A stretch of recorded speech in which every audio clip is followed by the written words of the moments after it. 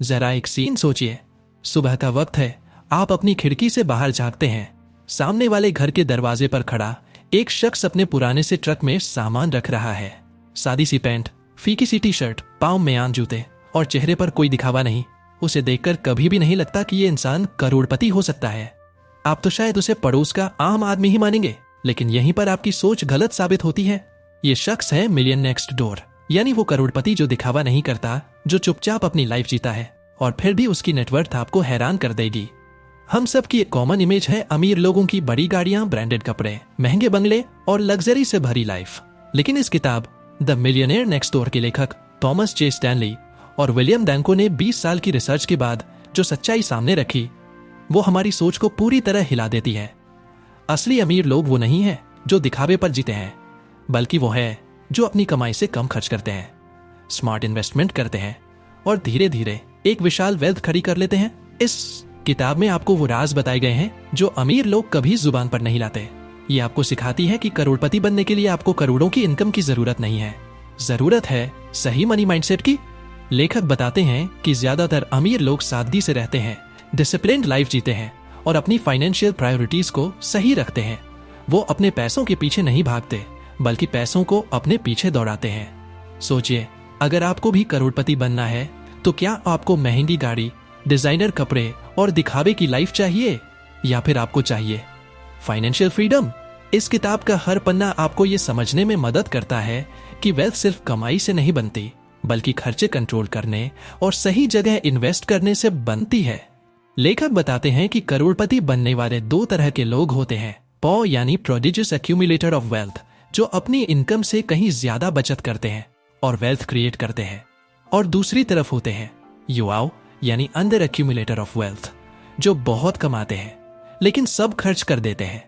यही फर्क तय करता है कि कौन अमीर बनेगा और कौन जिंदगी भर पैसों के पीछे भागता रहेगा।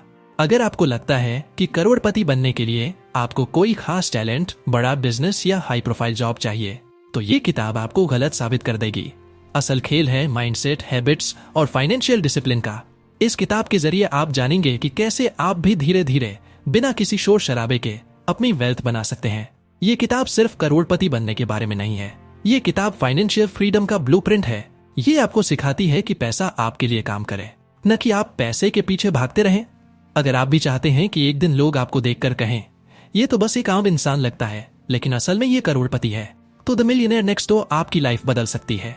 Chapter 1, meet the millionaire next door. सोचिए, आप एक पार्टी में गए हैं जहां बड़े बड़े बिजनेसमैन, डॉक्टर, वकील और सीईओ इकट्ठा हुए हैं। सब लग्जरी सूट में हैं, हाथ में महंगे ड्रिंक्स, महंगी घड़ियां और बड़ी बड़ी बातें। आप सोचते हैं कि यही दुनिया के सबसे अमीर लोग बैठे हैं, लेकिन लेखक कहते हैं कि सच्चाई बिल्कुल अलग है। असली करोड़पति वो नहीं जो इस पार्टी में दिखावा कर रहे हैं, बल्कि वो हैं जो ऐसे आयोजनों में शायद ही कभी आते हैं।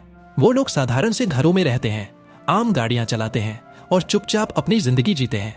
यही लोग हैं द मिलियनेयर नेक्स्ट डोर। लेखक थॉमस जे स्टैनली और विलियम डैंको ने 20 साल तक हजारों करोड़पतियों पर गहन रिसर्च की। उन्होंने पाया कि ज्यादातर करोड़पति हमारे ख्यालों के विपरीत बेहद सामान्य जीवन जीते हैं। उनकी कोई शानो शौकत वाली इमेज नहीं होती, उनके पास अक्सर कोई लग्जरी कार नहीं होती, नहीं ब्रांडेड कपड़े पहनने की आदत। वे बहुत बड़ी हवेलियों में नहीं रहते, बल्कि वे अक्सर ऐसे मिडिल क्लास मोहल्लों में रहते हैं जहां कोई अंदाजा भी नहीं लगा सकता कि इनके बैंक अकाउंट्स में करोड़ों पड़े हैं। यह चैप्टर हमें सबसे पहले एक महत्वपूर्ण सबक देता है, दिखावे से दूर रहो। लेखक बताते हैं कि समाज में हमारी सोच को मीडिया और मार्केटिंग ने इस तरह से ढाल दिया है कि हम मानते हैं अमीर वही है जो ज्यादा खर्च करता है, लेकिन असली अमीर वो हैं जो खर्च नहीं बल्कि बचत और निवेश को प्राथमिकता देते हैं।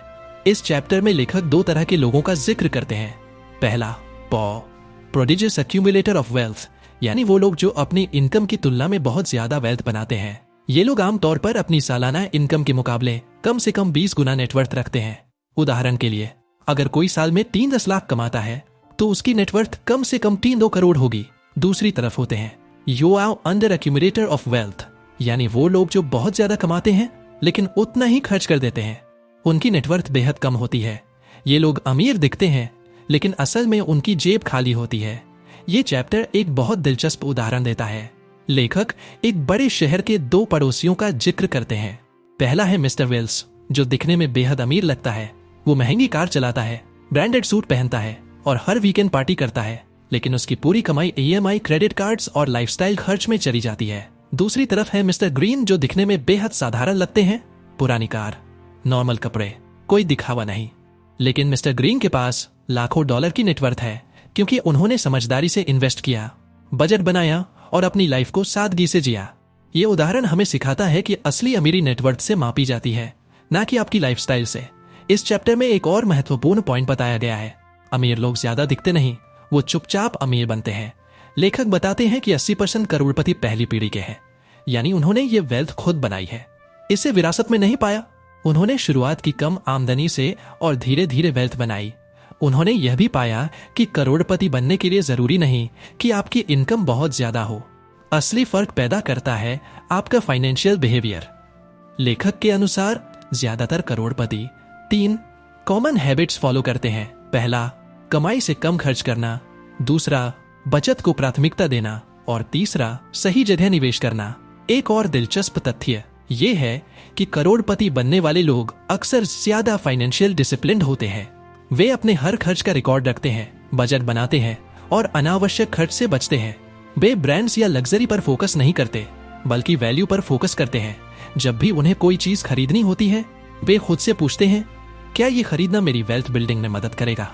अगर जवाब नहीं है तो वे उसे नहीं खरीदते। इस चैप्टर में लेखक एक और बड़ी गलतफहमी को तोड़ते हैं। वे बताते हैं कि बहुत लोग मानते हैं कि हाई प्रोफाइल जॉब्स या बड़ी कंपनियों के CEO ही करोड़पति होते हैं, लेकिन असल में सबसे ज्यादा करोड़पति छोटे बिजनेस मालिक, प्रोफेशनल्स और सेल्फ एम्प्लॉयड लोग होते हैं। ये लोग छोटी छोटी सेवाओं में अपना नीचे ढूंढते हैं और चुपचाप वेल्थ बनाते हैं। उदाहरण के लिए लेखक बताते हैं कि एक छोटा टैक्सी बेड़ा चलाने वाला इंसान या एक लोकल ड्राई क्लीनिंग बिजनेस का मालिक अक्सर एक बड़े कॉर्पोरेट CEO से ज्यादा वेल्थ क्रिएट कर सकता है। कारण है उनकी सादगी, कम खर्च और इन्वेस्टमेंट की समझ। चैप्टर में एक और बेहतरीन इंसाइट दी गई है। आपकी वेल्थ इस बात पर निर्भर करती है कि आप अपनी इनकम का कितना हिस्सा बचाते हैं, ना कि आप कितना कमाते हैं। यही वजह है कि बहुत सारे हाई सैलरी लोग भी गरीब रह जाते हैं, क्योंकि उनकी लाइफस्टाइल उनकी इनकम से बड़ी होती है। दूसरी तरफ एक मिडिल क्लास सैलरी पर भी आप करोड़पति बन सकते हैं, अगर आप सही तरीके से मैनेज करें। लेखक कहते हैं, अगर आप अपनी इनकम का 15% से 20% लगातार बचाते और निवेश करते हैं, तो एक दिन आप भी मिलियनर नेक्स्ट डोर बन सकते हैं। इस चैप्टर का एक और बड़ा सबक है माइंडसेट। अमीर बनने के लिए आपको पहले खुद को मानसिक रूप से तैयार करना होगा। आपको समाज के दबाव, दिखावे की दौड़ और कंज्यूमरिज्म की मानसिकता से बाहर निकलना होगा। जब आप दिखावे से ज्यादा अपनी वेल्थ पर ध्यान देंगे, तभी आप सच्चे करोड़पति बन पाएंगे। लेखक ये भी कहते हैं कि असली करोड़पति अपनी जिंदगी अपने हिसाब से जीते हैं। वे दूसरों को खुश करने के लिए खर्च नहीं करते। उन्हें किसी को प्रभावित करने की जरूरत नहीं होती। वे जानते हैं कि फाइनेंशियल फ्रीडम ही असली लग्जरी है, और यही बात उन्हें बाकियों से अलग करती है। अगर हम इस चैप्टर को एक वाक्य में समझना चाहें तो वो होगा, असली करोड़पति दिखते नहीं, वे चुपचाप अपनी वेल्थ बनाते हैं। उनकी लाइफस्टाइल आम होती है, लेकिन उनका बैंक अकाउंट असाधारण होता है। यानी अगर आप भी करोड़पति बनना चाहते हैं, तो आपको दिखावे की दौड़ से बाहर निकलकर स्मार्ट फाइनेंशियल डिसिप्लिन अपनानी होगी। अपनी इनकम बढ़ाने से ज्यादा जरूरी है उसे सही तरीके से मैनेज करना। खर्चों पर कंट्रोल, सही इन्वेस्टमेंट और माइंडसेट का बदलाव, यही इस चैप्टर का असली सार है। Chapter 2, frugal. फ्रूगल फ्रूगल जरा सोचिए, आप अपनी सैलरी पाते हैं और पहले ही हफ्ते में आधी सैलरी महंगी डिनर्स, नए कपड़ों और लेटेस्ट गैजेट्स पर खर्च कर देते हैं। महीने के आखिर में बैंक अकाउंट में बचता है बस जीरो। फिर आप सोचते हैं, काश मेरी इनकम थोड़ी और होती तो मैं पैसे बचा पाता। लेकिन लेखक कहते हैं, यही सबसे बड़ा भ्रम है। अमीर बनने का राज ज्यादा कमाई में नहीं, बल्कि कम खर्च करने की आदत में छुपा है। इस चैप्टर का नाम ही बताता है, फ्रूगल फ्रूगल फ्रूगल, यानी सादगी, सादगी और सिर्फ सादगी। असली करोड़पति अपनी इनकम से कम खर्च करते हैं। वे दिखावे पर नहीं जीते, बल्कि अपनी कमाई का बड़ा हिस्सा बचाते हैं और सही जगह निवेश करते हैं। लेखक थॉमस जे स्टैनली और विलियम डंको ने रिसर्च में पाया कि ज्यादातर करोड़पति अपनी कुल इनकम का 50% से ज्यादा बचाते हैं।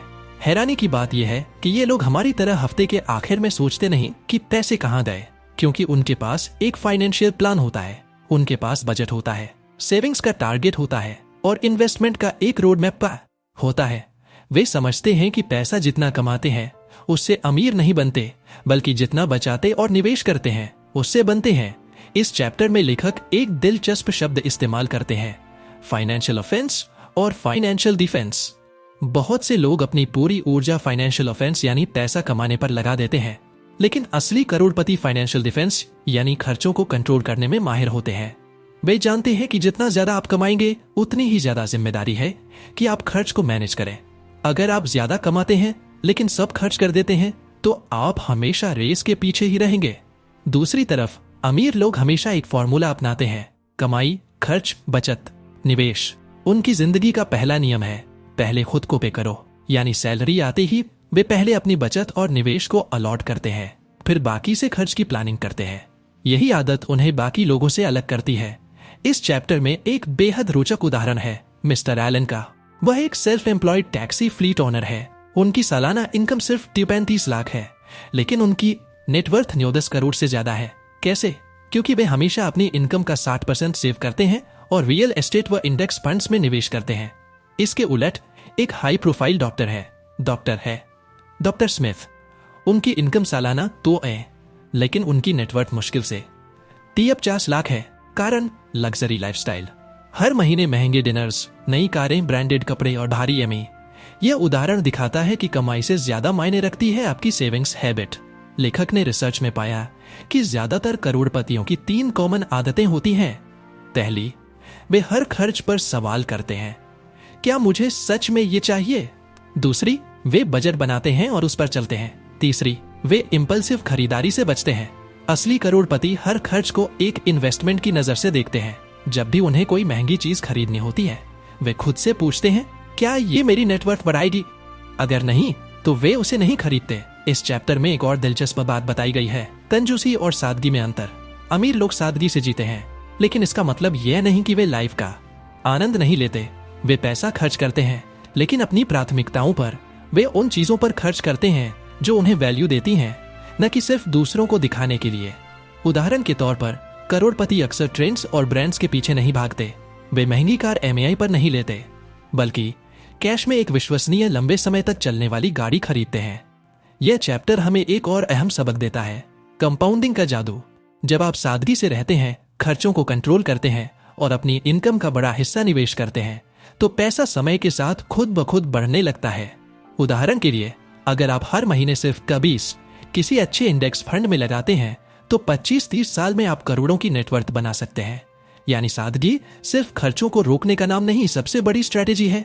लेखक बताते हैं कि बहुत लोग अपनी पूरी जिंदगी इस सोच में निकाल देते हैं कि अगर मेरी इनकम थोड़ी और बढ़ जाए तो मैं पैसे बचा पाऊंगा।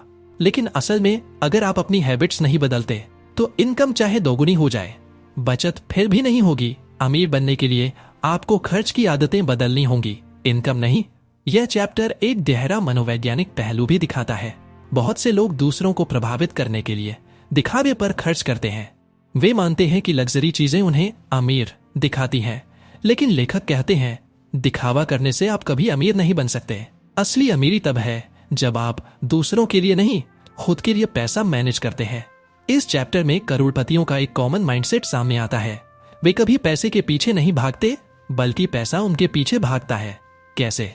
क्योंकि वे अपनी हर छोटी बड़ी कमाई को एसेट्स में बदल देते हैं। वे समझते हैं कि पैसा खर्च करने के बजाय निवेश करने से पैसा खुद पैसा कमाने लगता है। एक और महत्वपूर्ण बात है लाइफस्टाइल इन्फ्लेशन। ज्यादातर लोग जैसे जैसे कमाने लगते हैं, वैसे वैसे खर्च भी बढ़ा देते हैं, लेकिन करोड़पति इस जाल से बचते हैं। वे अपनी लाइफस्टाइल को अपनी कमाई के हिसाब से नहीं बढ़ाते, बल्कि उनकी लाइफस्टाइल उनकी वैल्यू सिस्टम से तय होती है। जब इनकम बढ़ती है तो वे बस अपनी सेविंग्स और इन्वेस्टमेंट बढ़ा देते हैं, न कि खर्च। ये चैप्टर हमें एक बहुत ही सिंपल लेकिन पावरफुल मैसेज देता है, be frugal today to be financially free tomorrow. यानी अगर आप आज सादगी से जीते हैं, समझदारी से खर्च करते हैं और सही जगह निवेश करते हैं, तो कल आप वो जिंदगी जी सकते हैं जिसका आज आप सिर्फ सपना देखते हैं। और आखिर में लेखक कहते हैं, फ्रूबिलिटी एक हैबिट नहीं बल्कि माइंडसेट है। यह सोच है कि हर रुपया आपकी फाइनेंशियल फ्रीडम की तरफ एक कदम है।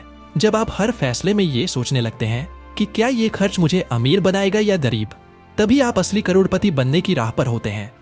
Chapter 3, time, energy and money. सोचिए, आपको रोजाना 24 घंटे मिलते हैं, लेकिन क्या कभी सोचा है कि उन 24 घंटों में आप कितना वक्त सही जगह इस्तेमाल करते हैं और कितना वक्त बस बर्बाद कर देते हैं? असल फर्क यहीं से शुरू होता है।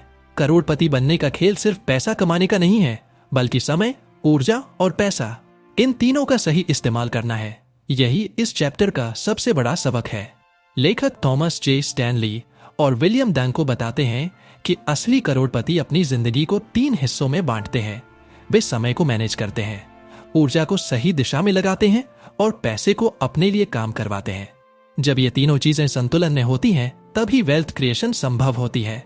इस चैप्टर की शुरुआत एक दिलचस्प उदाहरण से होती है। लेखक बताते हैं कि उनकी रिसर्च में 2 तरह के लोग मिले। पहले वो जो हमेशा व्यस्त रहते हैं, हर छोटी बड़ी चीज में समय लगाते हैं और हर फैसला खुद लेना चाहते हैं। वे मानते हैं कि ऐसा करके वे पैसे बचा रहे हैं, लेकिन असल में वे अपनी सबसे कीमती संपत्ति यानी समय गंवा रहे होते हैं। दूसरी तरफ असली करोड़पति अपने समय को बचाने के लिए पैसा खर्च करते हैं। वे ऐसे कामों में समय नहीं गंवाते जो उनकी वेल्थ बढ़ाने में मदद नहीं करते। उदाहरण के लिए, अगर एक करोड़पति को अपनी कार सर्विस के लिए छोड़नी हो तो वह खुद जाकर आधा दिन बर्बाद नहीं करता।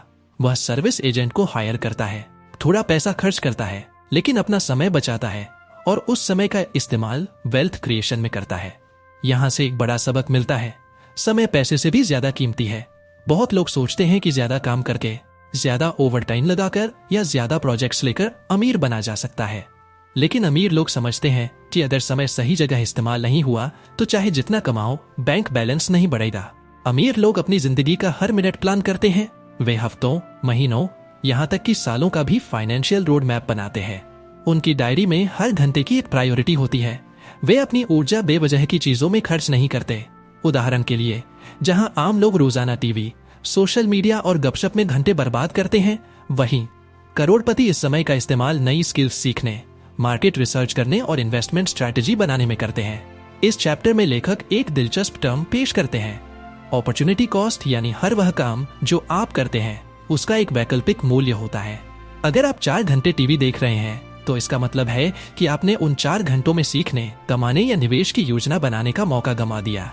करोड़पति इस सिद्धांत को हमेशा ध्यान में रखते हैं। वे कभी भी अपनी ऊर्जा उन कामों पर खर्च नहीं करते जो उनकी वेल्थ नहीं बढ़ाते। इस चैप्टर में करोड़पतियों की एक और खास आदत सामने आती है, डेलीगेशन। अमीर लोग वो काम खुद नहीं करते जो उनकी प्रायोरिटी नहीं है। वे ऐसे लोगों को हायर करते हैं जो वह काम बेहतर कर सकते हैं। ऐसा करके वे अपनी ऊर्जा को सिर्फ उन चीजों पर फोकस करते हैं जो उन्हें लॉन्ग टर्म रिटर्न देती है। उदाहरण के लिए, अगर कोई करोड़पति बिजनेस रन कर रहा है तो वह हर छोटी खरीदारी, अकाउंटिंग या ऑपरेशनल डिटेल में खुद नहीं फंसता।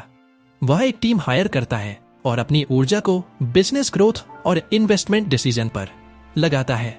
लेखक बताते हैं कि ज्यादातर लोग पैसे कमाने की दौड़ में अपनी पूरी ऊर्जा थका देते हैं, दिन रात काम करते हैं, लेकिन इन्वेस्टमेंट, सेविंग्स और फाइनेंशियल प्लानिंग पर ध्यान नहीं देते। नतीजा ये होता है कि भले उनकी इनकम बढ़ती है, नेटवर्थ बढ़ती नहीं। असली करोड़पति ये गलती नहीं करते। वे समझते हैं कि कमाई के साथ साथ इन्वेस्टमेंट पर फोकस करना ही फाइनेंशियल फ्रीडम की कुंजी है। इस चैप्टर का एक और बड़ा पॉइंट है एनर्जी मैनेजमेंट। अमीर लोग जानते हैं कि उनकी मानसिक और शारीरिक ऊर्जा सीमित है, इसलिए वे अपनी ऊर्जा सिर्फ उन फैसलों और कामों में लगाते हैं जो वेल्थ क्रिएशन के लिए सबसे महत्वपूर्ण है। वे फालतू की बहस, सोशल मीडिया की ट्रोलिंग, बेकार की मीटिंग्स या दिखावे की गतिविधियों में अपनी एनर्जी नहीं गंवाते। वे अपनी सेहत का भी बेहद ध्यान रखते हैं, क्योंकि वे जानते हैं कि अच्छी सेहत के बिना समय और पैसा दोनों बेकार है। वे नियमित एक्सरसाइज करते हैं, डाइट पर फोकस करते हैं और पर्याप्त नींद लेते हैं। इसका सीधा असर उनकी प्रोडक्टिविटी पर पड़ता है। लेखक इस चैप्टर में बताते हैं कि असली करोड़पति अपने हर बड़े डिसीजन के पीछे एक नियम मानते हैं, क्या ये काम मेरी नेटवर्थ बढ़ाएगा? अगर जवाब हाँ है तो वे उस पर समय और ऊर्जा लगाते हैं। अगर जवाब नहीं है तो उसे टाल देते हैं। यही स्पष्ट सोच उन्हें भीड़ से अलग बनाती है। एक और महत्वपूर्ण बात इस चैप्टर में ऑटोमेशन के बारे में है। करोड़पति अपनी सेविंग्स और इन्वेस्टमेंट्स को ऑटोमेट करते हैं। उनका मकसद है कि पैसा पहले खुद के लिए काम करे। उदाहरण के लिए, उनकी सैलरी आते ही एक हिस्सा automatically mutual funds, index funds, real estate या अन्य एसेट्स में चला जाता है। ऐसा करके वे सेव करने के बाद खर्च नहीं, बल्कि खर्च करने के बाद बचत की आदत से बचते हैं। यहाँ लेखक एक बेहद दिलचस्प तुलना करते हैं। आम लोग अपनी ऊर्जा 70% कमाने पर, 20% खर्च करने पर और सिर्फ 10% इन्वेस्टमेंट पर लगाते हैं, जबकि करोड़पति उल्टा करते हैं। वे 40% ऊर्जा इन्वेस्टमेंट्स पर, 30% कमाने पर और सिर्फ 30% खर्च को मैनेज करने पर लगाते हैं। यही उनका सबसे बड़ा सीक्रेट है। इस चैप्टर का एक और पहलू है फोकस की ताकत। अमीर लोग मल्टीटास्किंग के बजाय सिंगल टास्किंग में विश्वास रखते हैं। वे एक समय में एक बड़ा फाइनेंशियल गोल सेट करते हैं और उसे हासिल करने के लिए पूरी ऊर्जा लगाते हैं। वे अपनी हर डिस्ट्रैक्शन को कम करते हैं और लंबे समय तक उसी दिशा में टिके रहते हैं। इस तरह वे कंपाउंडिंग के जादू को अधिकतम करते हैं। लेखक हमें यह भी बताते हैं कि करोड़पति हमेशा दीर्घकालिक दृष्टिकोण रखते हैं। वे हर फाइनेंशियल डिसीजन के नतीजे अगले 10, 20 या 30 साल के नजरिए से देखते हैं। आम लोग जहां आज की कंफर्ट पर फोकस करते हैं, वहीं अमीर लोग कल की फाइनेंशियल फ्रीडम को प्राथमिकता देते हैं। वे जानते हैं कि सही समय पर सही निर्णय लेने से उनकी वेल्थ कई गुना बढ़ सकती है। उदाहरण के लिए, अगर कोई करोड़पति तय करता है कि हर महीने एक तय रकम किसी स्टॉक या इंडेक्स फंड में लगाएगा, तो वह सालों तक उस प्लान पर टिके रहते हैं। वे शॉर्ट टर्म मार्केट फ्लक्चुएशन से नहीं घबराते। इस चैप्टर का सबसे महत्वपूर्ण मैसेज यही है, समय, ऊर्जा और पैसा तीनों का सही संतुलन करोड़पति बनने की सबसे बड़ी कुंजी है। अगर आप अपनी पूरी ऊर्जा सिर्फ कमाई में लगाते हैं लेकिन निवेश नहीं करते, तो आप कभी वेल्थ क्रिएट नहीं कर पाएंगे। अगर आप समय को बर्बाद करते हैं, तो ज्यादा कमाई भी आपको फाइनेंशियल फ्रीडम नहीं दे पाएगी। और अगर आप अपनी ऊर्जा बेकार की चीजों में झोंकते हैं, तो बैंक अकाउंट बढ़ना मुश्किल है। असली करोड़पति बनने के लिए आपको ये समझना होगा कि आपका समय सीमित है, आपकी ऊर्जा कीमती है और आपका पैसा एक टूल है, लक्ष्य नहीं। जब आप इन तीनों को सही दिशा में लगाना सीख जाते हैं, तभी आप मिलियनियर नेक्स्ट डोर बनने की राह पर आगे बढ़ते हैं। Chapter 4, you aren't what you drive. सोचिए, जब भी हम अमीर लोगों की तस्वीर अपने दिमाग में बनाते हैं, तो उसमें क्या क्या आता है?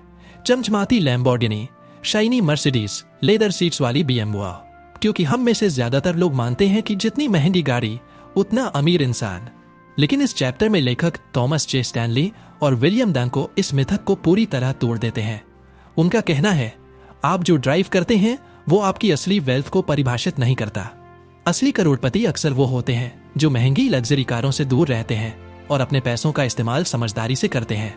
इस चैप्टर में हम सीखते हैं कि कैसे हमारी सोच और समाज की दिखावे की संस्कृति हमें कर्ज और फाइनेंशियल जाल में फंसा देती है। लेखक अपनी रिसर्च के नतीजे बताते हैं। उन्होंने हजारों करोड़पतियों का इंटरव्यू लिया और एक चौंकाने वाला सच सामने आया। ज्यादातर करोड़पति सस्ती, भरोसेमंद और किफायती कारें चलाते हैं। उनकी पहली प्राथमिकता स्टेटस दिखाना नहीं, बल्कि नेटवर्थ बढ़ाना होती है। वे समझते हैं कि कार एक डेप्रिसिएटिंग एसेट है, यानी जैसे ही आप उसे शोरूम से बाहर निकालते हैं, उसकी कीमत गिर जाती है। इसलिए वे इस पर जरूरत से ज्यादा पैसा खर्च करने में विश्वास नहीं रखते। उदाहरण के लिए, रिसर्च के अनुसार अमेरिका के कई करोड़पति टोयोटा, होंडा, फोर्ड जैसी कारें चलाना पसंद करते हैं। ये कारें न केवल बजट फ्रेंडली होती हैं, बल्कि मेंटेनेंस में भी सस्ती पड़ती है। लेखक बताते हैं कि उनकी रिसर्च में केवल एक छोटा प्रतिशत ही ऐसे करोड़पति निकले जो मर्सिडीज बेंज या BMW जैसी महंगी गाड़ियां रखते हैं। दिलचस्प बात यह है कि उनमें से भी कई लोग इन गाड़ियों को लीज पर लेते हैं, सीधे खरीदते नहीं। अब सोचिए, अगर असली करोड़पति भी महंगी गाड़ियों पर हाथ खींचते हैं, तो आम लोगों का क्या होता है, जो सिर्फ दिखावे के लिए कार लोन लेकर अपनी पूरी इनकम का बड़ा हिस्सा EMI में उड़ा देते हैं। यहीं से एक बहुत बड़ा सबक निकलता है, असली वेल्थ दिखावे में नहीं, बचत और निवेश में है। आमतौर पर समाज हमें यह सिखाता है कि अगर आप सफल हैं तो आपको यह दिखाना भी चाहिए। इस सोच में फंसकर लोग महंगी कारें खरीदते हैं ताकि दुनिया को लगे कि वे अमीर है। लेकिन यही मानसिकता हमें अंडर एक्यूमुलेटर ऑफ वेल्थ यानी युवाओं की कैटेगरी में डाल देती है। वो लोग हैं जो बहुत कमाते हैं लेकिन दिखावे की वजह से सब खर्च कर देते हैं और नेटवर्थ नहीं बना पाते। दूसरी तरफ असली करोड़पति पॉ यानी प्रोडिजियस एक्यूमुलेटर ऑफ वेल्थ होते हैं। वे कमाई से कम खर्च करते हैं, ज्यादा बचाते हैं और अपने पैसे को सही जगह इन्वेस्ट करते हैं। वे जानते हैं कि लग्जरी कारों से उनका बैंक बैलेंस नहीं बढ़ता, लेकिन mutual funds, index funds, real estate और बिजनेस में निवेश उन्हें लंबे समय की फाइनेंशियल फ्रीडम देता है। इस चैप्टर का एक और दिलचस्प हिस्सा है स्टेटस सिंबल की साइकोलॉजी। समाज में अमीर दिखने का दबाव इतना ज्यादा है कि कई लोग अपनी असली फाइनेंशियल हैसियत से ज्यादा खर्च करते हैं। खासकर मिडिल क्लास और अपर मिडिल क्लास लोग इस जाल में सबसे ज्यादा फंसते हैं। वे अपने पड़ोसियों से प्रभावित होते हैं, सोचते हैं अगर उसके पास नई कार है तो मेरे पास भी होनी चाहिए। इसे कहते हैं keeping up with the Joneses syndrome. लेकिन असली करोड़पति इस तुलना के खेल में नहीं पड़ते। वे अपनी जिंदगी दूसरों के लाइफस्टाइल से नहीं नापते। वे फोकस करते हैं फाइनेंशियल फ्रीडम पर, न कि सोशल अप्रूवल पर। इस चैप्टर में लेखक एक सर्वे के नतीजे बताते हैं। उन्होंने पूछा, आपने अपनी कार खरीदते समय क्या सोचा? तो ज्यादातर करोड़पतियों ने कहा कि उन्होंने 3 चीजें देखी: विश्वसनीयता, रिलायबिलिटी, किफायत, अफोर्डेबिलिटी और कम मेंटेनेंस, लो मेंटेनेंस। वहीं वह लोग कार खरीदते समय ब्रांड और स्टेटस पर ज्यादा ध्यान देते हैं। यहीं से हमें असली फर्क समझ में आता है। करोड़पति कार को जरूरत मानते हैं, शौक नहीं। वे जानते हैं कि एक कार का असली काम आपको पॉइंट ए से पॉइंट बी तक पहुंचाना है, न कि दुनिया को प्रभावित करना। वे समझते हैं कि अगर उन्होंने लग्जरी कार पर ज्यादा खर्च कर दिया तो उतनी ही रकम उनकी नेटवर्थ बढ़ाने में इस्तेमाल नहीं हो पाएगी। इसे कहते हैं अपॉर्चुनिटी कॉस्ट। उदाहरण के लिए, अगर कोई व्यक्ति 80 लाख की BMW खरीदता है तो उतना ही पैसा वह स्टॉक्स, रियल एस्टेट या बिजनेस में इन्वेस्ट कर सकता था, जो सालों में करोड़ों में बदल सकता था। अमीर लोगों की एक और खासियत है डिलेड ग्रेटिफिकेशन, यानी तुरंत सुख के बजाय भविष्य की फाइनेंशियल सुरक्षा को प्राथमिकता देना। वे सोचते हैं आज सादगी से रहो ताकि कल लग्जरी में जी सको। इसीलिए जब आम लोग ईएमआई में डूबे रहते हैं, असली करोड़पति अपनी सेविंग्स और इन्वेस्टमेंट्स को बढ़ाते रहते हैं। इस चैप्टर में एक दिलचस्प केस स्टडी है, एक ऐसे करोड़पति की जो कई मिलियन डॉलर का मालिक है लेकिन 8 साल पुरानी टोयोटा चलाता है। जब उनसे पूछा गया क्यों, तो उन्होंने हंसते हुए जवाब दिया, क्योंकि ये अब भी मुझे वहीं ले जाती है जहां मुझे जाना होता है। यह जवाब इस पूरे चैप्टर की फिलॉसफी को बखूबी समझा देता है। अगर आप भी करोड़पति बनना चाहते हैं तो ये समझना जरूरी है कि महंगी कारें, लग्जरी ब्रांड्स और दिखावा आपको अमीर नहीं बनाते। असली खेल है कम खर्च करके ज्यादा निवेश करना। याद रखिए, दुनिया को दिखाने के लिए खर्च किया गया हर रुपया आपके भविष्य की नेटवर्थ से काटा गया रुपया है। इस चैप्टर का सबसे बड़ा मैसेज यही है, आपकी पहचान आपकी कार से नहीं, आपकी फाइनेंशियल हैबिट से बनती है। जब आप दिखावे के दबाव से बाहर निकलना सीख जाते हैं और पैसे को सही जगह लगाने लगते हैं, तभी आप मिलियनियर नेक्स्ट डोर बनने की राह पर चलते हैं। Chapter 5, economic outpatient care. सोचिए, एक अमीर पिता है जिसने अपनी जिंदगी की सारी मेहनत से करोड़ों की वेल्थ खड़ी कर ली है। अब वो अपने बच्चों को खुश देखना चाहता है। वो सोचता है कि अगर वह उन्हें आर्थिक मदद देगा तो उनकी लाइफ आसान हो जाएगी, वे खुशहाल रहेंगे और सफल बनेंगे। लेकिन क्या वाकई ऐसा होता है? इस चैप्टर में लेखक थॉमस जे स्टैनली और विलियम डंको एक गहरी सच्चाई बताते हैं। इकोनॉमिक आउटपेशेंट केयर यानी बिना सोचे समझे आर्थिक मदद करना अक्सर मदद नहीं होती, बल्कि बच्चों की फाइनेंशियल स्वतंत्रता, सेल्फ डिसिप्लिन और नेटवर्थ क्रिएशन को बर्बाद कर देती है। लेखक की रिसर्च के अनुसार बहुत से अमीर माता पिता अपने बच्चों की लाइफ में अनजाने में बाधा बन जाते हैं। वे उन्हें लगातार पैसा देते हैं, डाउन पेमेंट के लिए, लग्जरी कार खरीदने के लिए, बिजनेस शुरू करने के लिए, यहाँ तक कि रोजमर्रा के खर्चों के लिए भी। इस सोच के पीछे प्यार होता है, लेकिन नतीजे उल्टे आते हैं। रिसर्च बताती है कि जो बच्चे ज्यादा इकोनॉमिक आउटपेशेंट केयर EOC लेते हैं, वे अक्सर अंडर अक्यूमुलेटर ऑफ वेल्थ उआदो बन जाते हैं। वे अपनी लाइफस्टाइल को पेरेंट्स की मदद पर बेस करते हैं, ज्यादा खर्च करते हैं और बचत नहीं कर पाते। दूसरी तरफ जिन बच्चों को पेरेंट्स से कम या कोई मदद नहीं मिलती, वे अपनी मेहनत से खड़े होते हैं। वे प्रोडिजियस अक्यूमुलेटर ऑफ वेल्थ पार बन जाते हैं। वे जानते हैं कि उनके पास कोई सेफ्टी नेट नहीं है, इसलिए वे अपनी इनकम से कम खर्च करते हैं, ज्यादा सेविंग्स करते हैं और स्मार्टली इन्वेस्ट करते हैं। यहीं से इस चैप्टर की सबसे बड़ी सीख निकलती है। अगर आप बच्चों की मदद करना चाहते हैं तो उन्हें पैसे मत दीजिए, उन्हें पैसे मैनेज करना सिखाइए। लेखक बताते हैं कि असली समस्या पेरेंट्स की ओवर प्रोटेक्टिव मेंटालिटी से शुरू होती है। जब माता पिता बच्चों की हर फाइनेंशियल प्रॉब्लम सॉल्व कर देते हैं तो बच्चे पैसे की असली वैल्यू नहीं समझ पाते। उन्हें लगता है कि जब भी जरूरत होगी पैसा कहीं से आ ही जाएगा। वे कभी फाइनेंशियल डिसिप्लिन नहीं सीख पाते और नतीजा ये होता है कि वे अपनी खुद की वेल्थ नहीं बना पाते। इस चैप्टर में एक दिलचस्प केस स्टडी है। एक जोड़े ने अपनी बेटी को शादी के बाद एक लग्जरी घर खरीदने के लिए डाउन पेमेंट दिया, फिर उसके बिजनेस के लिए भी फंडिंग की। कुछ साल बाद बेटी और दामाद दोनों ही भारी कर्ज में डूब गए और फिर से माता पिता के पास मदद मांगने पहुंचे। लेखक कहते हैं, आप बच्चों को पैसा दे सकते हैं लेकिन आप उन्हें समझदारी नहीं दे सकते। इसीलिए जब भी पैसा आसानी से आता है उसका इस्तेमाल गलत होता है। इस चैप्टर का एक और महत्वपूर्ण पॉइंट है, economic outpatient care creates dependency. जब बच्चे लगातार आर्थिक मदद लेते हैं तो उनमें सेल्फ रिलायंस खत्म हो जाती है। वे ज्यादा खर्च करने की आदत पाल लेते हैं क्योंकि उन्हें लगता है कि बैकअप हमेशा पेरेंट्स हैं। यही आदत उन्हें नेटवर्थ क्रिएशन से दूर कर देती है। लेखक यह भी बताते हैं कि आर्थिक मदद सिर्फ पैसों तक सीमित नहीं होती। कई बार माता पिता बच्चों को सोशल स्टेटस भी गिफ्ट कर देते हैं, जैसे उन्हें महंगे इलाकों में घर दिलाना, लग्जरी कारें खरीदना या ऐसे लाइफस्टाइल में ढालना जिसकी वे खुद कमाई से अफोर्ड नहीं कर सकते। इस तरह बच्चे ऐसे माहौल में रहने लगते हैं जहां उन्हें बार बार अपने स्टेटस को मेंटेन करना पड़ता है। नतीजा, ऊंचाई लेकिन कम नेटवर्थ। इस चैप्टर में लेखक ये भी बताते हैं कि अक्सर जो माता पिता सबसे ज्यादा ईओसी देते हैं वही चाहते हैं कि बच्चे अमीर दिखें, लेकिन असली अमीरी बच्चों की आदतों और माइंडसेट में होनी चाहिए, बैंक बैलेंस में नहीं। लेखक के शब्दों में, अगर आप बच्चों को फिश देते हैं तो वे एक दिन पेट भरते हैं, लेकिन अगर आप उन्हें फिश पकड़ना सिखाते हैं तो वे पूरी जिंदगी पेट भरते हैं।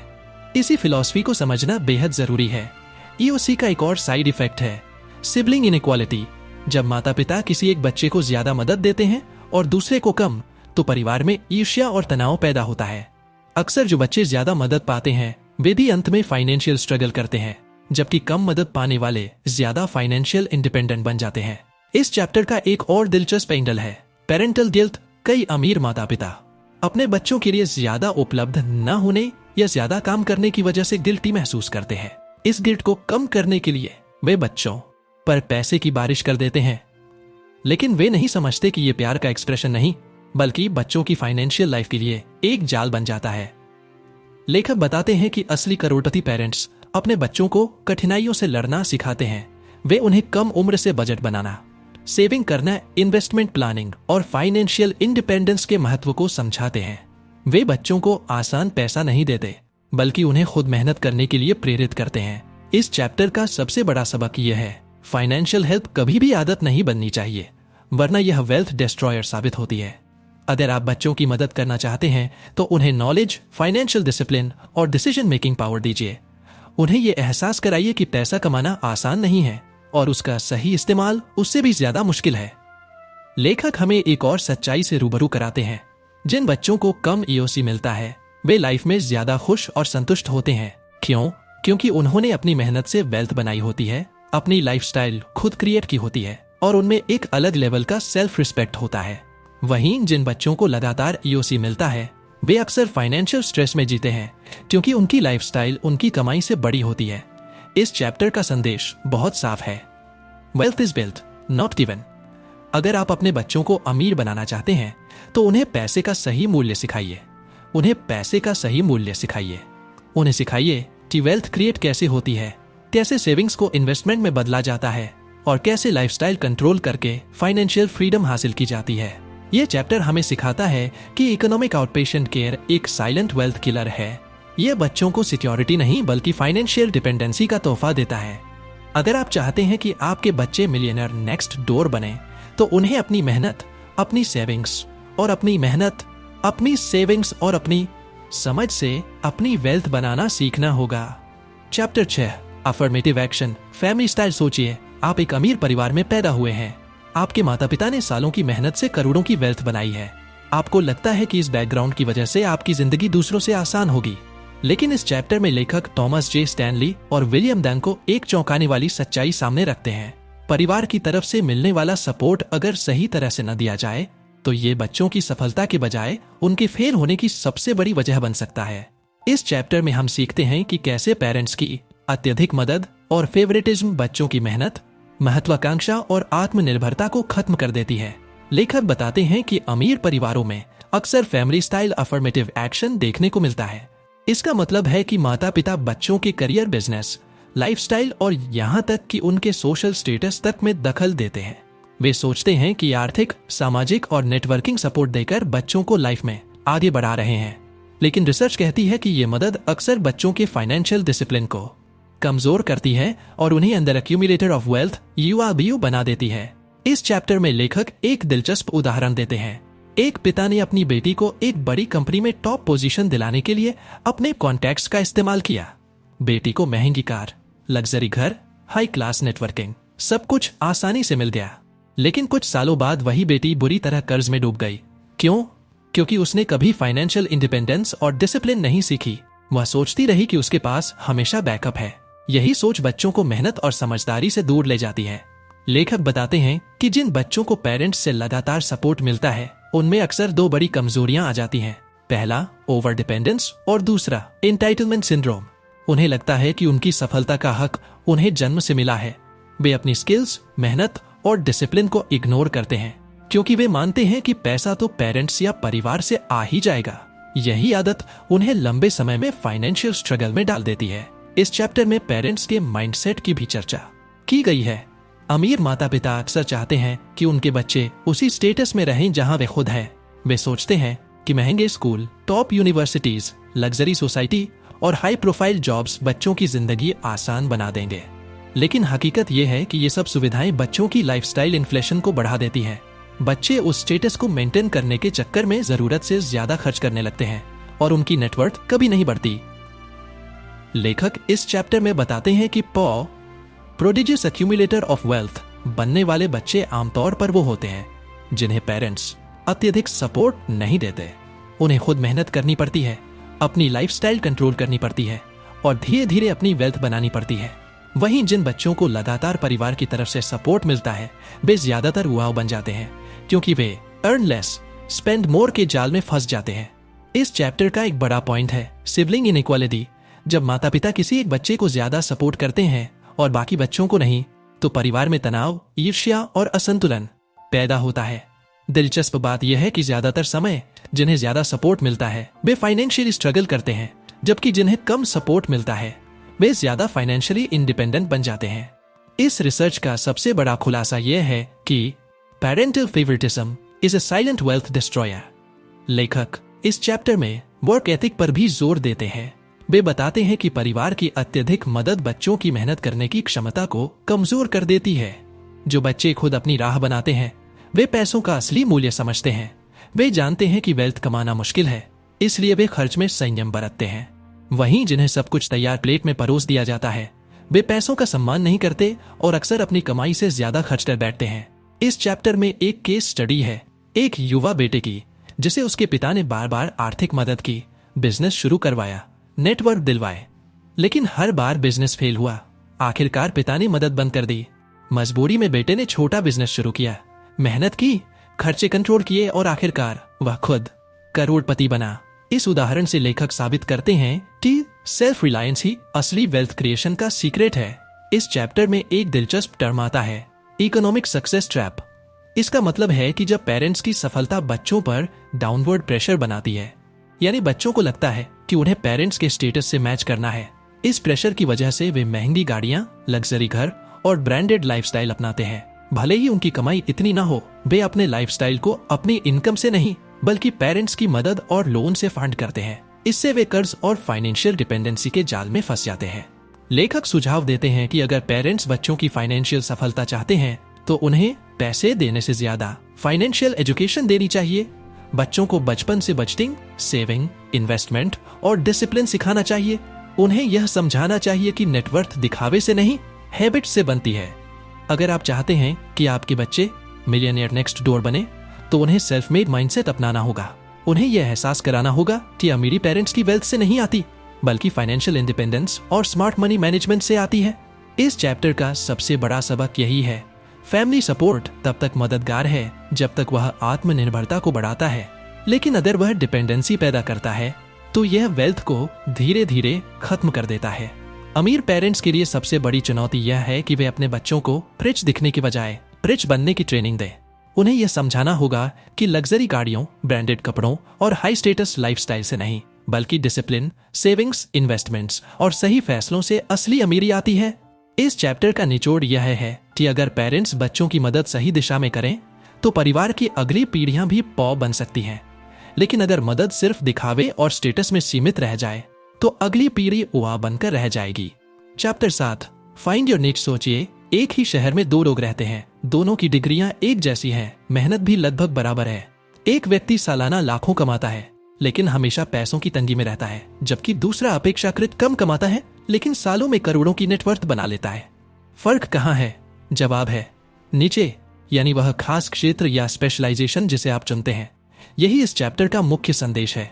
अगर आप अमीर बनना चाहते हैं तो आपको अपना सही नीचे ढूंढना होगा। लेखक थॉमस जे स्टैनली और विलियम डैंको बताते हैं कि असली करोड़पति वही लोग होते हैं जिन्होंने एक ऐसा नीचे चुना जहां कम प्रतिस्पर्धा, उच्च मांग और मुनाफे के ज्यादा अवसर होते हैं। वे भीड़ का हिस्सा नहीं बनते बल्कि अपना रास्ता अलग बनाते हैं। वे दूसरों की नकल नहीं करते बल्कि सोचते हैं कि जहां सब दौड़ रहे हैं वहां न दौड़ो। अपनी खुद की दिशा खोजो। इस चैप्टर की शुरुआत लेखक एक दिलचस्प उदाहरण से करते हैं। एक आदमी जिसका नाम बॉब है, एक हाई प्रोफाइल कॉर्पोरेट जॉब छोड़कर एक छोटे शहर में मोबाइल होम पार्ट्स का बिजनेस शुरू करता है। शुरू में लोग उसका मजाक उड़ाते हैं, लेकिन सालों बाद वही बॉब करोड़ों का मालिक बन जाता है। क्यों? क्योंकि उसने ऐसा नीचे चुना जहां ज्यादा लोग नहीं थे, लेकिन डिमांड बहुत थी। उसने उस मार्केट को समझा, खुद को एक्सपर्ट बनाया और धीरे धीरे अपनी वेल्थ बनाई। लेखक कहते हैं कि ज्यादातर लोग ग्लैमरस करियर की तरफ आकर्षित होते हैं। डॉक्टर, वकील, आर्किटेक्ट, इन्वेस्टमेंट बैंकर, ये सब प्रोफेशन सुनने में बड़े लगते हैं, लेकिन असल में इनमें प्रतिस्पर्धा बहुत होती है और खर्चे भी ज्यादा। इन प्रोफेशन में रहने वाले लोग अक्सर ऊंची इनकम के बावजूद अंडर एक्यूमुलेटर ऑफ वेल्थ ओवाना बने रहते हैं। क्यों? क्योंकि इनका लाइफस्टाइल महंगा हो जाता है, खर्चे बढ़ते हैं और नेटवर्थ बनाने के लिए बहुत कम बचता है। दूसरी तरफ असली करोड़पति अपनी नजर ऐसे नीचे पर रखते हैं जहां ज्यादा लोग नहीं जाते। वे ऐसे बिजनेस चुनते हैं जहां मार्जिन अच्छा हो, मांग स्थिर हो और प्रतिस्पर्धा कम हो। उदाहरण के लिए dry cleaning, mobile home parks, trucking business, rural real estate, building material supply. ये ऐसे क्षेत्र हैं जिनमें ग्लैमर नहीं है, लेकिन वेल्थ के लिए अपार संभावनाएं हैं। इस चैप्टर का एक और बड़ा सबक है, नीचे सिर्फ बिजनेस नहीं, स्ट्रैटेजी है। यानी चाहे आप जॉब में हो या बिजनेस में, आपको ऐसा क्षेत्र ढूंढना होगा जहां आप अपनी यूनिक वैल्यू क्रिएट कर सकें। असली करोड़पति औसत बनने की कोशिश नहीं करते। वे खुद से पूछते हैं, मैं ऐसा क्या कर सकता हूं जो बाकी नहीं कर रहे, और फिर उस सवाल का जवाब ढूंढकर पूरी ऊर्जा उसी पर लगाते हैं। लेखक बताते हैं कि सफल करोड़पतियों में एक खास आदत होती है, वे बाजार के गैप्स ढूंढते हैं। वे देखते हैं कि लोग किस चीज की जरूरत महसूस कर रहे हैं, लेकिन उसे सही तरीके से कोई दे नहीं रहा। वे इस गैप को भरने के लिए स्ट्रेटेजी बनाते हैं। यही कारण है कि उनकी नेटवर्थ धीरे धीरे औसत लोगों से कई गुना बढ़ जाती है। इस चैप्टर में लेखक फोकस की ताकत पर भी जोर देते हैं। बहुत से लोग एक साथ कई चीजों में हाथ डालते हैं, थोड़ा थोड़ा जॉब, थोड़ा थोड़ा बिजनेस, थोड़ा थोड़ा बिजनेस, थोड़ा थोड़ा इन्वेस्टमेंट। लेकिन असली करोड़पति ऐसा नहीं करते। वे एक ही नीचे पर टिक जाते हैं, उसमें पूरी महारत हासिल करते हैं और फिर उसी के जरिए अपनी वेल्थ को कंपाउंड करते हैं। उदाहरण के लिए एक केस स्टडी में एक आदमी है जिसने शुरू में अपने शहर के छोटे होटलों के लिए लॉन्ड्री सर्विस शुरू की। शुरुआत में उसे मुश्किलें आईं, लेकिन उसने इसी काम पर फोकस रखा, अपनी सर्विसेज बेहतर की, ग्राहकों की जरूरतें समझी और धीरे धीरे अपने बिजनेस को इतना बढ़ाया कि वह करोड़पति बन गया। उसने कभी नई शाइनी अपॉर्चुनिटी के पीछे नहीं भागा। यही फोकस और पैशंस उसकी सफलता का राज बने। लेखक बताते हैं कि नीचे चुनते समय एक बहुत महत्वपूर्ण फैक्टर है वैल्यू क्रिएशन। आपको सोचना होगा कि आपका काम, प्रोडक्ट या सर्विस लोगों की जिंदगी में कितना फर्क लाता है। जितना ज्यादा वैल्यू आप देंगे, उतनी ज्यादा डिमांड बनेगी और उतना ही ज्यादा प्रॉफिट होगा। लेकिन इसके लिए आपको भीड़ से हटकर सोचना पड़ेगा। इस चैप्टर में एक और दिलचस्प पहलू है पैशन बनाम प्रैक्टिकलिटी। कई लोग कहते हैं अपने पैशन को फॉलो करो, लेकिन लेखक चेतावनी देते हैं कि पैशन तभी काम करता है जब उसमें मार्केट डिमांड हो। करोड़पति सिर्फ पैशन के पीछे नहीं भागते, वे उसे मार्केट की जरूरतों के साथ बैलेंस करते हैं। वे ऐसे नीचे चुनते हैं जहां उनकी स्किल्स, इंटरेस्ट्स और मार्केट डिमांड तीनों का मेल हो। इस चैप्टर में लेखक नेटवर्किंग के महत्व पर भी जोर देते हैं। असली करोड़पति अपने चुने हुए नीचे में नेटवर्क बनाते हैं। वे ऐसे लोगों से जुड़ते हैं जो उनके बिजनेस या करियर को आगे बढ़ा सकते हैं। वे दूसरों से सीखते हैं, कोलैबोरेट करते हैं और खुद को लगातार अपग्रेड करते रहते हैं। लेकिन वे अपनी एनर्जी बेकार की सोशल अप्रूवल वाली नेटवर्किंग में नहीं गवाते। वे कहते हैं आपका नीचे जितना मजबूत होगा, आपकी मार्केट में पोजीशन उतनी ही मजबूत होगी। जब आप किसी खास क्षेत्र में एक्सपर्ट बन जाते हैं तो लोग आपको खोजते हैं। आपको खुद क्लाइंट्स के पीछे भागने की जरूरत नहीं पड़ती, बल्कि क्लाइंट्स आपके पास आते हैं। यही स्थिति आपकी इनकम और वेल्थ को कंपाउंड करती है। इस चैप्टर का एक और बड़ा सबक है पेशेंस पेस। असली करोड़पति अपना नीचे ढूंढने के बाद तुरंत परिणाम की उम्मीद नहीं करते। वे सालों तक उसी पर मेहनत करते हैं, अपनी सर्विसेज या प्रोडक्ट्स को बेहतर बनाते हैं और धीरे धीरे कंपाउंडिंग का जादू इस्तेमाल करते हैं। वे जानते हैं कि वेल्थ बनाने की प्रक्रिया धीमी होती है, लेकिन अगर नीचे सही है और फोकस बरकरार है तो सफलता निश्चित है। लेखक बताते हैं कि गेट रिच क्विक की सोच अक्सर लोगों को रास्ते से भटकाती है, जबकि गेट रिच राइट की सोच ही असली गेम चेंजर होती है। अंत में लेखक यह स्पष्ट करते हैं कि सही नीचे चुनना करोड़पति बनने का ब्लूप्रिंट है। अगर आप भीड़ का हिस्सा बनकर चलते हैं तो औसत ही रहेंगे, लेकिन अगर आप अपनी स्किल्स, मार्केट डिमांड और वैल्यू क्रिएशन को ध्यान में रखकर एक खास रास्ता चुनते हैं तो आपकी वेल्थ समय के साथ कई गुना बढ़ सकती है। इस चैप्टर का सबसे बड़ा मैसेज यही है, follow the money where others are not looking. यानी वहां जाओ जहां कम लोग हैं लेकिन ज्यादा डिमांड है। वही जगह आपकी असली ताकत, आपका असली निचे और आपकी वेल्थ का असली रास्ता है। Chapter 8, jobs, millionaires versus hairs. सोचिए, दो लोग हैं, एक करोड़पति है जो अपनी मेहनत से इस मुकाम तक पहुंचा है और दूसरा करोड़पति परिवार का वारिस है। दोनों के पास पैसा है लेकिन उनकी सोच, उनकी लाइफस्टाइल और उनकी वेल्थ को संभालने की क्षमता में जमीन आसमान का फर्क है। यही इस चैप्टर का सार है। लेखक थॉमस जे स्टैनली और विलियम डैंको बताते हैं कि सेल्फ मेड मिलियनेयर्स और हेयर्स यानी पैतृक संपत्ति पाने वाले करोड़पतियों की मानसिकता, करियर चॉइस, काम करने की आदतें और पैसों के साथ रिश्ते पूरी तरह अलग होते हैं। इस अंतर को समझना जरूरी है क्योंकि यह तय करता है कि कोई व्यक्ति प्रोडिजियस एक्यूमुलेटर ऑफ वेल्थ पाबियो बनेगा या अंडर एक्यूमुलेटर ऑफ वेल्थ वादाबो। चैप्टर की शुरुआत में लेखक एक महत्वपूर्ण तथ्य बताते हैं, असली करोड़पति ज्यादातर अपनी मेहनत से बने हैं। यानी लगभग 80% करोड़पतियों ने अपनी वेल्थ इनहेरिट नहीं की बल्कि खुद बनाई है और यही उनकी सोच का सबसे बड़ा हथियार है। वे जानते हैं कि पैसा आसानी से नहीं आता, इसलिए वे उसे संभालना, बढ़ाना और सही जगह इस्तेमाल करना जानते हैं। दूसरी तरफ जिन लोगों को पैतृक संपत्ति मिलती है यानी हेयर्स, उनके लिए वेल्थ अर्नड नहीं बल्कि गिफ्टेड होती है। इस वजह से वे पैसों की वैल्यू को उतना नहीं समझते। अक्सर वे ऐसे करियर चुनते हैं जो दिखने ग्लैमरस होते हैं लेकिन आर्थिक रूप से उतने लाभदायक नहीं होते। वे अपनी लाइफस्टाइल को मेंटेन करने के लिए पेरेंट्स की संपत्ति पर निर्भर रहते हैं और कई बार जल्दी कर्ज में भी फंस जाते हैं। लेखक यहाँ एक दिलचस्प उदाहरण देते हैं। एक अमीर परिवार का बेटा टॉप स्कूल्स में पढ़ा, महंगे कॉलेज से डिग्री ली और फिर एक ड्रीम जॉब चुनी जो ज्यादा इनकम नहीं देती थी लेकिन स्टेटस बहुत देती थी। शुरुआत में सब ठीक था क्योंकि बैकअप में पेरेंट्स की दौलत थी, लेकिन कुछ सालों बाद उसी बेटे को एहसास हुआ कि उसकी इनकम उसके खर्चे को सपोर्ट नहीं कर पा रही। उसने अपनी लाइफस्टाइल को पेरेंट्स की इनकम पर बेस किया था, लेकिन जैसे ही पेरेंट्स का सपोर्ट कम हुआ वह वित्तीय संकट में आ गया। यह उदाहरण दिखाता है कि एयर्स में अक्सर फाइनेंशियल डिसिप्लिन की कमी होती है। वे समझते हैं कि पैसा हमेशा आएगा, इसलिए सेविंग्स और इन्वेस्टमेंट पर उतना ध्यान नहीं देते। इसके विपरीत सेल्फ मेड मिलियनेयर्स पैसों की कद्र करना जानते हैं। वे बचपन से संघर्ष करते हैं, खुद मेहनत करते हैं और यही संघर्ष उनकी फाइनेंशियल इंटेलिजेंस को मजबूत बनाता है। लेखक बताते हैं कि असली करोड़पति ऐसे करियर चुनते हैं जहां वे अपनी वैल्यू क्रिएट कर सकें, ना कि सिर्फ स्टेटस पा सके। वे ग्लैमरस दिखने वाली हाई प्रोफाइल नौकरियों के बजाय ऐसे करियर में जाते हैं जहां मान ज्यादा, प्रतिस्पर्धा कम और मुनाफा अधिक हो। उदाहरण के लिए कई सेल्फ मेड मिलियनेयर्स छोटे business, trucking, construction, building supply, mobile homes और स्पेशलाइज्ड सर्विसेज में काम करते हैं। ये सेक्टर शायद दिखने में हाई स्टेटस ना हो लेकिन इनकी वेल्थ बिल्डिंग पोटेंशियल बहुत अधिक है। दूसरी तरफ हेयर्स अक्सर स्टेटस ड्रिवन जॉब्स चुनते हैं जैसे high profile law firms, glamorous media jobs, fashion industry या कला से जुड़ी नौकरियां। इन क्षेत्रों में इनकम कभी कभी अस्थिर होती है लेकिन लाइफस्टाइल महंगा होता है। इस असंतुलन के कारण हेयर्स अक्सर वाव बन जाते हैं, यानी ज्यादा कमाते हुए भी ज्यादा खर्च करते हैं और वेल्थ ग्रोथ ठहर जाती है।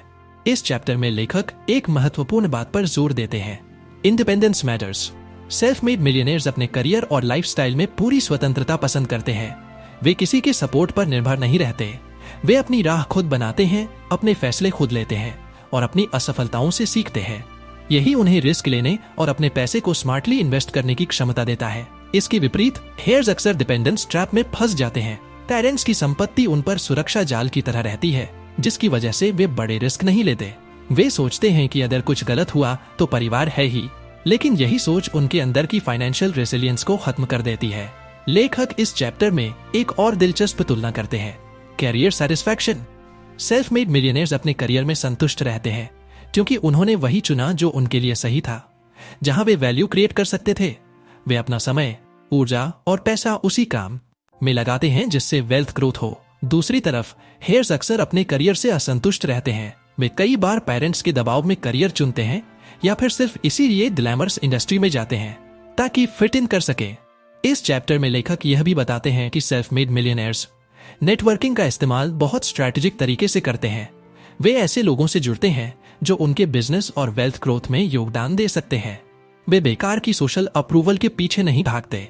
दूसरी ओर हेयर्स अक्सर अपनी सोशल नेटवर्किंग को स्टेटस सिंबल की तरह इस्तेमाल करते हैं जिससे ज्यादा खर्च और कम वेल्थ क्रिएशन होता है।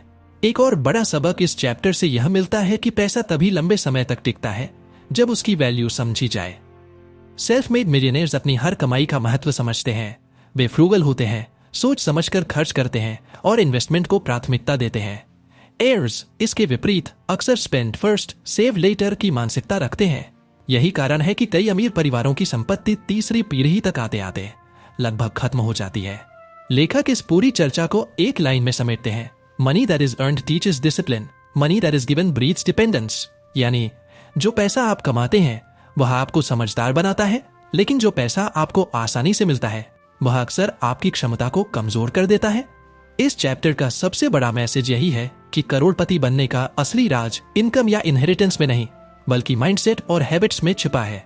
सेल्फ मेड मिलियनेयर्स पाव बनते हैं क्योंकि वे अपनी नेटवर्थ बढ़ाने के लिए सही फैसले लेते हैं।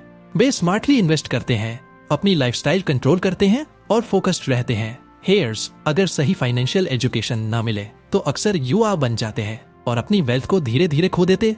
जरा अपनी आंखें बंद कीजिए और सोचिए, 5 साल बाद की अपनी जिंदगी, क्या आप उसी रेस में फंसे रहेंगे जहां हर महीने सैलरी आती है और महीने के आखिर तक गायब हो जाती है, या फिर आप भी उस मिलियनेयर नेक्स्ट डोर की तरह होंगे जो दिखावे पर नहीं फाइनेंशियल फ्रीडम पर जीता है। याद रखिए, अमीरी सिर्फ ज्यादा कमाने से नहीं आती बल्कि कमाई से कम खर्च करने, सही जगह इन्वेस्ट करने और स्मार्ट माइंडसेट अपनाने से आती है। इस किताब ने हमें एक सच्चाई सिखाई, असली करोड़पति वो नहीं जो महंगी गाड़ी चलाता है, बल्कि वो है जो चुपचाप अपनी वेल्थ बनाता है। आज की लाइफस्टाइल में हम अक्सर दूसरों को देखकर अपने खर्चे बढ़ा लेते हैं। हम सोचते हैं अगर उनके पास है तो हमारे पास क्यों नहीं, लेकिन असली गेम है नेटवर्थ का, न कि शो ऑफ का। ये किताब हमें याद दिलाती है कि अगर हम अपनी फाइनेंशियल हैबिट्स नहीं बदलते तो हमारी लाइफ वैसी ही रहेगी जैसी आज है। लेकिन अगर आप वेल्थ बनाना चाहते हैं, अगर आप चाहते हैं कि आपका पैसा आपके लिए काम करे, तो आज से ही एक कदम उठाइए। अपनी इनकम का हिस्सा सेव कीजिए, स्मार्ट इन्वेस्टमेंट कीजिए और सबसे जरूरी, खर्चे पर कंट्रोल कीजिए। याद रखिए, करोड़पति बनने का रास्ता किसी लॉटरी या जादू से नहीं गुजरता। ये रास्ता डिसिप्लिन और फाइनेंशियल इंटेलिजेंस से होकर जाता है। अगर आप इस वीडियो को देखकर सिर्फ एक चीज भी समझ गए हैं तो वो ये होनी चाहिए, करोड़पति बनना किसी और की कहानी नहीं है। आपको बस सही माइंडसेट अपनाना है, सही फैसले लेने हैं और आज से एक छोटा कदम बढ़ाना है, क्योंकि छोटा कदम ही आगे चलकर वेल्थ की सबसे बड़ी छलांग बनता है। तो अब सवाल ये है, क्या आप भी मिलियनेयर नेक्स्ट डोर बनना चाहते हैं? अगर हाँ तो कमेंट्स में लिखिए I will be financially free, ताकि ये पहला कदम यहीं से शुरू हो। और अगर आपको ये वीडियो पसंद आई तो लाइक कीजिए, शेयर कीजिए और ऐसे ही माइंडसेट बदलने वाले कंटेंट के लिए चैनल को सब्सक्राइब करना मत भूलिए, क्योंकि आने वाले वीडियोस में हम सिर्फ किताबें नहीं पढ़ेंगे, हम जिंदगी बदलने वाली स्ट्रेटेजीज सीखेंगे। और हो सकता है एक दिन लोग आपको देखकर कहें, ये तो बस एक आम इंसान लगता है, लेकिन असल में ये करोड़पति है। मायशा उनसे ने ये करोड़पति है।